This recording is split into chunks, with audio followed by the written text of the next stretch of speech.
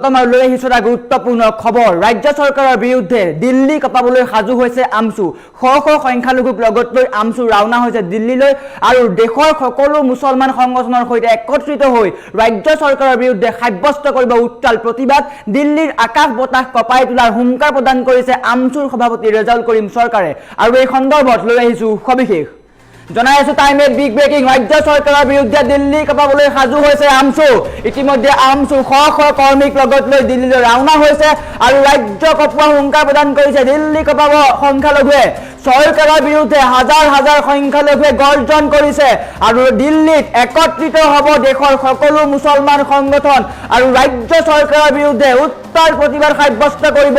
ইতিমধ্যে দিল্লীলৈ ৰাওনা হৈছে শ শ আমছু কৰ্মী। ৰাজ্য চৰকাৰৰ বিৰুদ্ধে উত্তাল প্ৰতিবাদ সাব্যস্ত কৰিব। উচ্ছেদৰ নামত চৰকাৰে চলোৱা উচ্ছেদৰ বিৰোধিতা কৰিছে আমছুৱে। মুখ্যমন্ত্ৰীক যি উচ্ছেদ চলাইছে সেই কাণ্ড শীঘ্ৰেই বন্ধ কৰাৰ দাবী উত্থাপন কৰিছে আমছুৱে। আৰু যিসকলক উচ্ছেদ কৰা হৈছে সেইসকল সকলো লোক খিলঞ্জীয়া অসমীয়া ভূমিপুত্ৰ। উচ্ছেদিত ভূমি প্ৰদানৰ পৰিৱৰ্তে চৰকাৰে পুঁজিপতি গোষ্ঠীক সন্তুষ্ট কৰিছে। আদানী আম্বানীক ভূমি প্ৰদান কৰিছে। জাতি মাটি ভেটিৰ কথা কোৱা চৰকাৰে আদানী আম্বানীক ভূমি প্ৰদান কৰাৰ কথা উল্লেখ কৰিছে আমছুৱে। 16 তাৰিখে অৰ্থাৎ পৰহিলৈ দিল্লী কঁপোৱাৰ হুংকাৰ প্ৰদান কৰিছে। উত্তাল প্ৰতিবাদ সাব্যস্ত কৰিব আৰু 17 তাৰিখে আলোচনাৰ বাবে সকলো দল সংগঠনৰ সৈতে মিলিত হ'ব আমছু। দেশৰ সকলো মুছলমান সংগঠনৰ সৈতে একত্ৰিত হ'ব আমছু। যদি ইয়াৰ পিছতো আন্দোলন বন্ধ নহয় তেন্তে ৰাজ্যত পুনৰ সৃষ্টি কৰিব জংগী আন্দোলন। তাৰ পিছত যদি কিবা অপ্ৰীতিকৰ পৰিস্থিতিৰ সন্মুখীন হয় তেন্তে সেই সমগ্ৰ ঘটনাৰ দায়ী হ'ব কেৱল ৰাজ্যৰ মুখ্যমন্ত্ৰী।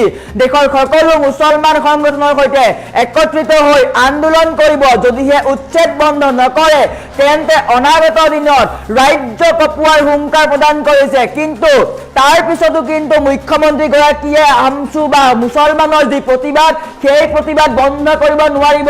চৰকাৰলৈ স্পষ্টভাৱে হুংকাৰ প্ৰদান কৰিছে আমছুৰ সভাপতি ৰেজাউল কৰিম চৰকাৰে। শেহতীয়াকৈ উচ্ছেদৰ বিৰুদ্ধে ৰাজ্য কঁপোৱা পৰিলক্ষিত হৈছিলে আমছুৱে আৰু পুনৰ দিল্লী কঁপাবলৈ সাজু হৈছে আমছু। হাজাৰ হাজাৰ সংখ্যালঘুক লগত লৈ দিল্লী কঁপাব আমছুৱে। দেশৰ সকলো দল সংগঠনক একত্ৰিত হৈ ৰাজ্য চৰকাৰৰ বিৰুদ্ধে উত্তাল প্ৰতিবাদ সাব্যস্ত কৰিব।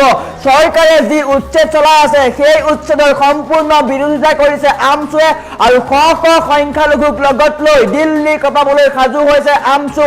17 তাৰিখে ৰাজধানী দিল্লীৰ আকাশ বতাহ কঁপাই তোলাৰ হুংকাৰ প্ৰদান কৰিছে। কোনো কাৰণতে আমছু স্তব্ধ নহয়। আমছুৱে আন্দোলন বন্ধ নকৰে। উচ্ছেদ যেতিয়ালৈকে চলি থাকিব আমছুৱে প্ৰতিবাদ সাব্যস্ত কৰিব আৰু এইবাৰ ৰাজ্য চৰকাৰৰ বিৰুদ্ধে ৰাজ্যৰ মুখ্যমন্ত্ৰী ডক্টৰ হিমন্ত বিশ্ব শৰ্মা চৰকাৰৰ বিৰুদ্ধে উত্তাল প্ৰতিবাদ সাব্যস্ত কৰিবলৈ সাজু হৈছে আমছু আৰু ইতিমধ্যে দিল্লীলৈ ৰাওনা হৈছে শ শ সংখ্যালঘুক লগত লৈ দিল্লী কঁপাব আমছুৱে আৰু দিল্লীত গৈ দেশৰ সকলো মুছলমান সংগঠনৰ সৈতে ৰাজপথ কঁপাব।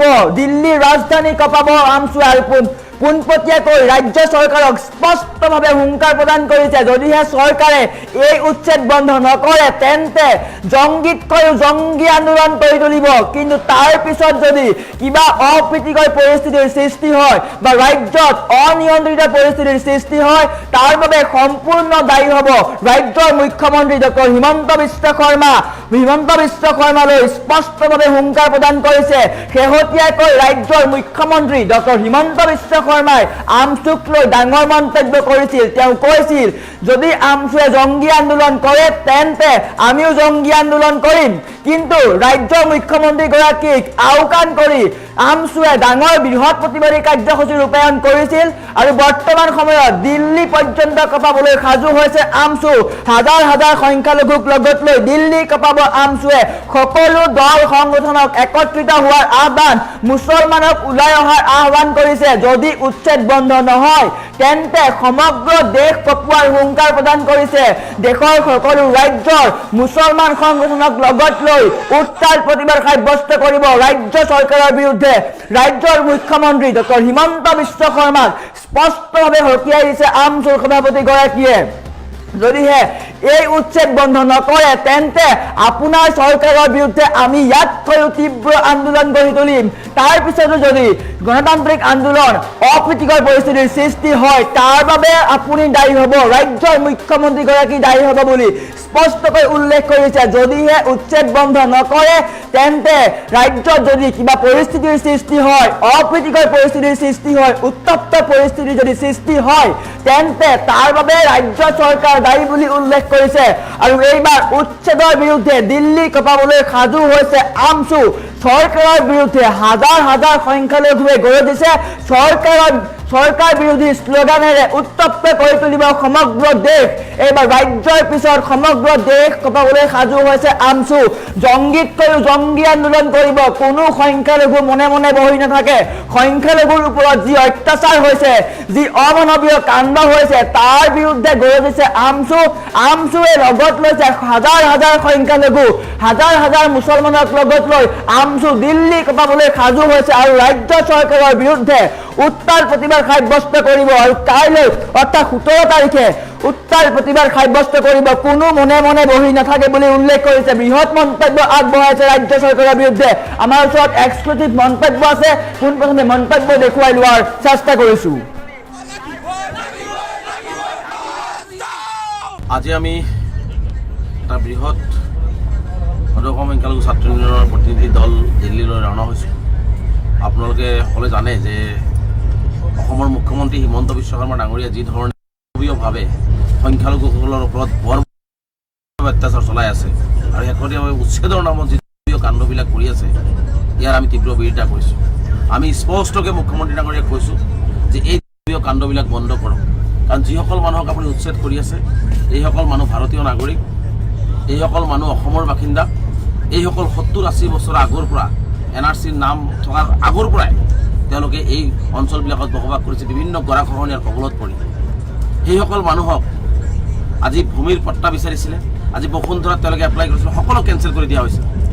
তেওঁলোকক ভূমি প্ৰদানৰ পৰিৱৰ্তে চৰকাৰে আদানীক সন্তুষ্ট কৰিবৰ কাৰণে, পুঁজিপতিগতিক সন্তুষ্ট কৰিবৰ কাৰণে এই নিৰহী জনসাধাৰণক তেওঁলোকে অত্যাচাৰ আছে। এই যিকোনো মূল্যৰ বিনিময়ত বন্ধ হ'ব লাগিব। যিসকল ভাৰতীয় নাগৰিকক, ভূমিহীন নাগৰিকক, যিসকল অসমৰ বাসিন্দাক তেওঁলোকে উচ্ছেদ কৰিলে, গৰাখহনীয়া পীড়িত মানুহখিনিক উচ্ছেদ কৰিলে, তেওঁলোকক পুনৰ সংস্থাপনৰ দাবী আমি উত্থাপন কৰিছোঁ, ক্ষতিপূৰণ উত্থাপন কৰিছোঁ। দিল্লীক সন্তুষ্ট কৰিবৰ কাৰণে যি ধৰণে সংখ্যালঘুসকলৰ ওপৰত অত্যাচাৰ চলাই আজি বৃদ্ধাৰ পৰা আৰম্ভ কৰি শিশুৰ পৰা আৰম্ভ কৰি সকলোকে মুকলি আকাশৰ তলত পেলাই দিছে। আজি শিশুৰ শিক্ষাৰ অধিকাৰ পৰা বঞ্চিত কৰিছে। আজি মহিলাসকলৰ ওপৰত অন্যায় কৰা হৈছে। এই অন্যায় অত্যাচাৰবিলাক বন্ধ কৰাৰ কাৰণে আজি আমি দিল্লীলৈ গৈ আছোঁ। অহা 16 তাৰিখে দিল্লীত এক প্ৰবল প্ৰতিবাদ হ'ব আৰু 17 তাৰিখেও দিল্লীত আমি এটি আলোচনা চক্ৰৰ আয়োজন কৰিছোঁ, য'ত ভাৰতবৰ্ষৰ বিভিন্ন প্ৰান্তৰ সামাজিক সংগঠনৰ নেতৃবৰ্গ, আইনজ্ঞ আৰু বিভিন্ন বিশিষ্ট ব্যক্তিসকল উপস্থিত থাকিব। তাতেও অসমৰ সংখ্যালঘুৰ ওপৰত যে নিয়ম আৰু অত্যাচাৰ চলোৱা হৈছে, এটা পেলেষ্টাইন সদৃশ, গাজা সদৃশ পৰিৱেশ যে অসমত মুছলমানসকলৰ ওপৰত হিমন্ত বিশ্ব শৰ্মা ডাঙৰীয়াই কৰি আছে, এই কথাবিলাক উত্থাপন কৰা হ'ব আৰু এই কথাবিলাক উত্থাপন কৰি প্ৰবল প্ৰতিবাদ কৰা হ'ব।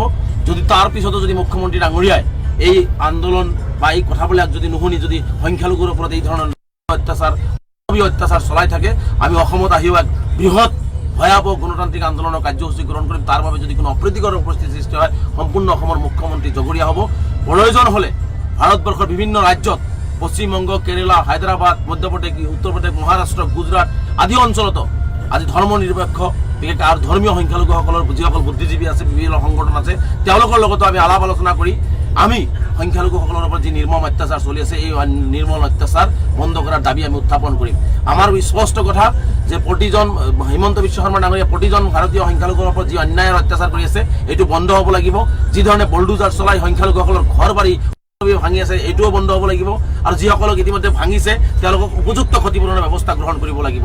আমি কোনো পদ্ধতিতে আমি এই ধৰণৰ অন্যায় আৰু অত্যাচাৰ সহ্য নকৰোঁ, কাৰণ আমি কোনো মাটি ভাটি হোৱা নাই। আমি এইখন অসমৰে বাসিন্দা, হয়তো বা গৰাখহনীয়া পীড়িত হয় বা গোষ্ঠীগত সংঘৰ্ষত কেতিয়াবা আমি ভূমিহীন হৈছিলোঁ, কিন্তু চৰকাৰৰ দায়িত্ব হৈছিলে যে সেই মানুহখিনিক ভূমি প্ৰদান কৰাটো প্ৰথম দায়িত্বৰ কৰ্তব্য আছিলে। কিন্তু চৰকাৰে সংবিধানে দিয়া মৌলিক অধিকাৰখিনিও আজি খৰ্ব কৰা হৈছে। আজি অন্ন বস্ত্ৰ বাসস্থান সকলো কাঢ়ি ল'ব বিচৰা হৈছে। ইয়াত সকলো ধৰণৰ মানৱ অধিকাৰ উলংঘন কৰা হৈছে।